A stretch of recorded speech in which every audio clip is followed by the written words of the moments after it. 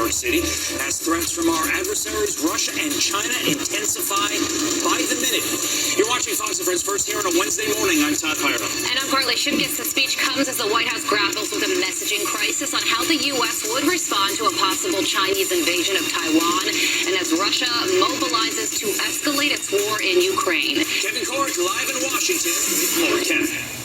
Morning, guys. The president, as you point out, will be speaking to the UN General Assembly just a few hours from now, delivering remarks to the 77th session of the Assembly right around 10:35 this morning. I've covered these events. They usually are close to on time, although this is crazy, y'all. The timing will eventually slide down. And I've been warning people on my YouTube channel for years and months. With the UN Secretary it's General, happening, and it's happening now. Give or take, he is expected to host a bilat with the new Prime Minister of the United Kingdom. Now, the visit, as you point out, comes as we Beijing finna go to war, bro. Its response to the president's repeated Because insistence the dumbass that the President U.S. Biden will step in if China invades Taiwan.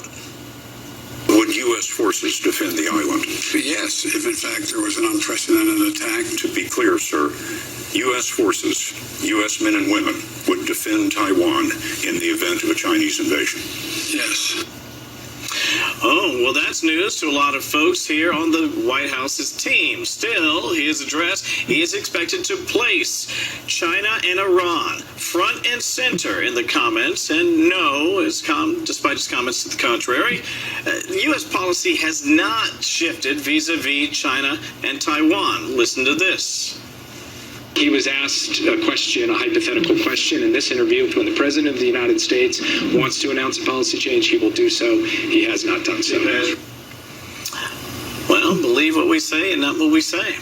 This as economists and market watchers on both sides of the Atlantic ponder the possibility of a new bilateral trade agreement between Washington and London. Though according to the new Prime Minister in the UK, there aren't currently any negotiations taking place with the U.S., and I don't have an expectation